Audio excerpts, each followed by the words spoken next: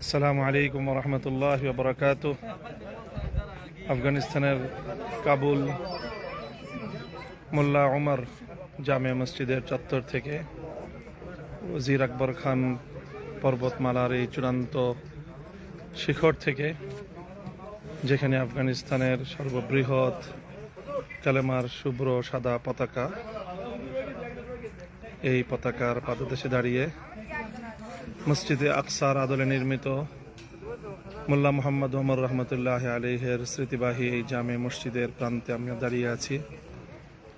ইনশাল্লাহ আফগানের পবিত্র এই ভূমি থেকে মসজিদে আকসার আদলে নির্মিত জামে মোল্লা ওমরের প্রান্ত থেকে বিশ্ব মুসলিম উম্মার তরে আমাদের পয়গাম, বিশেষ করে গাজার মজলুম ফিলিস্তিনের মুসলমানদের প্রতি আমরা পয়গাম প্রেরণ করতে চাই।